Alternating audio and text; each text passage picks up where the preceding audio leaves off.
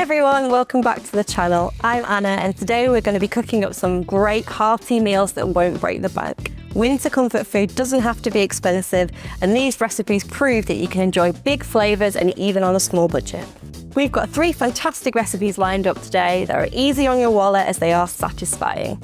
First up, we're making a double bean chilli. It's hearty, packed with protein and perfect for warming you up on a cold day. Next, we've got a creamy chicken stew.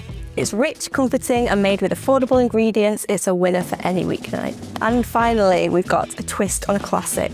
Toad in the hole, sausages baked in a Yorkshire pudding batter with a little extra twist. Simple, comforting and incredibly budget friendly. So if you're looking for ways to stretch your shopping budget without sacrificing flavour, these recipes are going to be your new best friends. Let's dive in.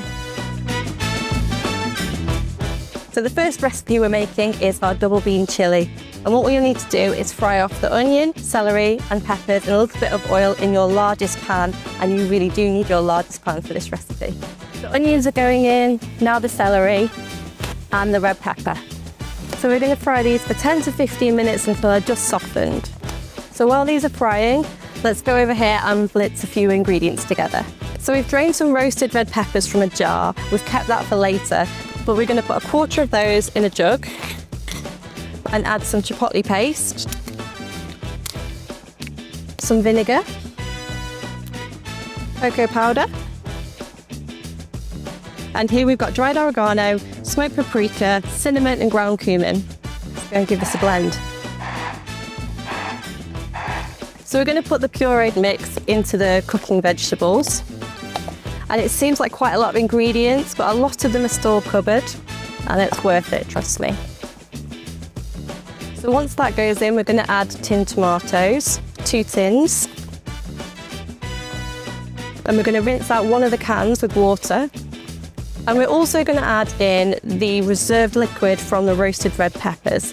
This adds a really nice flavour and also adds a little bit of acidity. You could roast your own or use frozen and sliced peppers here for a cheaper option, but these jarred ones are great as they're pre-peeled and you get this liquid gold that we're using in the one pot now. And a secret ingredient, refried beans. These add a really nice thickness and an authentic flavour. So we're going to cook this for an hour now until the tomatoes have broken down, just giving everything a little bit of a chance to get to know each other. So this has been bubbling away quite happily for an hour and you can see it's really thickened. You can really smell the ground cinnamon and the cumin. And now we're going to add the beans. So we've got kidney beans and black beans, but you can use whatever beans you like. It's a lot of beans. Makes a lot of chilli. And then we've got the remaining roasted red peppers. These go at the end too. If your pan isn't big enough, you could always divide the sauce into 2 and add the beans and the peppers to each one. So we're just going to warm them through. It should take about 10 minutes and then it's ready to go. So this recipe makes a massive batch and it's perfect for saving money on energy bills as you can reheat it in the microwave just in portions when you want to serve it. Right, now it's ready. Can't wait to get stuck in now. Let's serve it up. It's really good. I really like the smokiness from the paprika and the richness from the cocoa powder is really coming through. Great textures and you don't miss the meat at all. But next we're on to our creamy chicken stew and we're going to fry off a load of leeks in a little bit of olive oil. We're going to add a little bit of butter to that as it's cooking. So while the leeks are cooking for 10 minutes until they're soft, we're going to get on with the chicken. So we're going to fry the chicken in a separate pan.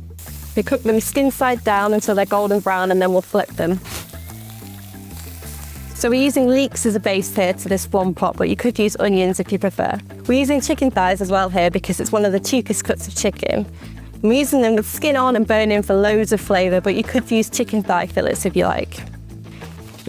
So the leeks are really soft now, lovely and melted, and the chicken skin's really crisp. So we're going to put the chicken thighs straight into the leeks. And you leave all of that fat behind. Next, we're going in with the chicken stock.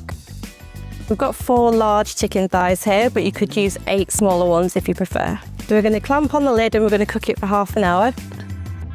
So the chicken's had half an hour, so let's take a look. So the leeks are really meltingly tender now and the chicken's cooked through. I'm going to add a few more ingredients. We've got creme fraiche, Dijon mustard, and an old favourite, frozen peas. Give everything a really good stir. It should be quite saucy at this point. So this is smelling amazing, and you could serve it like this, but to give it an added extra element, we're going to add a bit of texture in the way of breadcrumbs. Breadcrumbs are a great way of adding texture to a stew without the faff of making dumplings or pastry. You just sprinkle them over and grill until golden and crisp. So I'm just going to transfer this to the grill now and cook it until it's golden brown. This stew takes only a handful of ingredients and turns them into a really comforting one pot. It's really creamy. I love the fact that it uses budget-friendly chicken thighs and frozen peas, and I love the added crunch of the breadcrumbs. And finally, we're onto a toad in the hole, and this is my easy, cheesy version. So it's flavoured with mature cheddar and mustard, and it's got some veggies in there to make a complete meal all in one pan. So first up, we need to make the batter. First, we're going to go in with some plain flour, and then 3 eggs and a pinch of salt. And we'll whisk these together to make a thick paste. I like doing this before adding the milk to ensure there are no lumps. And in with the milk, just a little at a time. You can see we've used really golden yolks. It's really coloured the batter quite a lot. Great orange. And once all the milk's been added, we're looking for the consistency of single cream. You could rest the batter if you've got time, but I can never be bothered. So we're going to flavour the batter with a little bit of mustard, and we've got whole grain mustard here. That's now done. On to the sausages. We're going to heat a little bit of oil in a pan. We're just going to coat the base. And we're going to heat it up in the oven, and the oven's on the highest it can go, which is around 140, 220 fan. It'll take about 5–10 minutes to heat up. You should see it lightly smoking in the oven. So we've added the sausages into the hot oil, and they've sizzled straight away, which is a good sign. And we're going to put them back in the oven for 5–10 minutes to turn golden brown.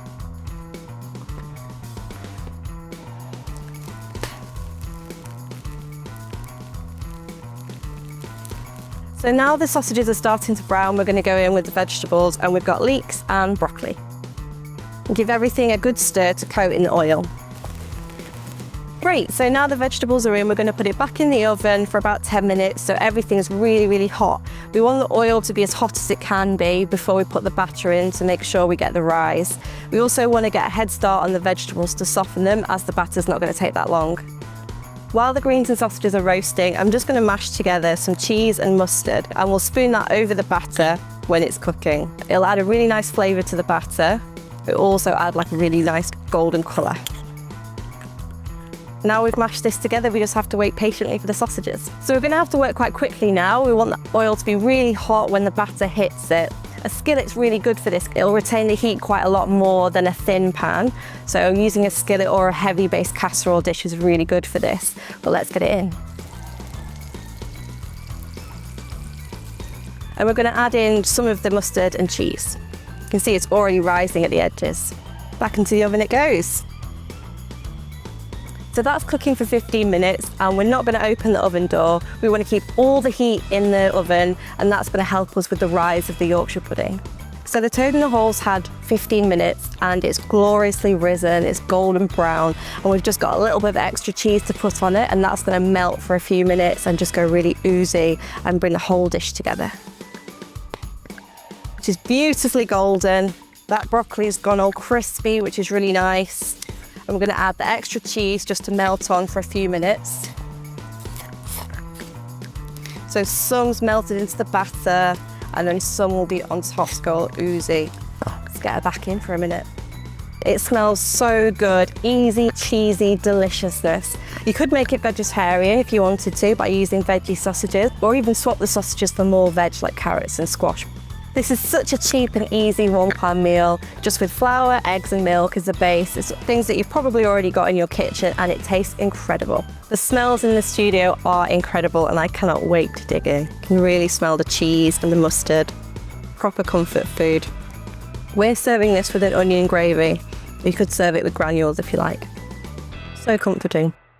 And there you have it, 3 budget-friendly winter meals that are full of flavour and easy on your wallet. This double bean chilli is hearty and filling, the toad on the whole is simple and comforting, perfect for any night of the week, and this rich, creamy stew is totally satisfying and really affordable. If you enjoyed these budget-friendly recipes, make sure to give this video a thumbs up. Share it with your friends and subscribe for more great content. Let me know in the comments which dish you're excited to make, and don't forget to check out goodfood.com. Download our app for the full recipes, and thanks for watching. See you next time.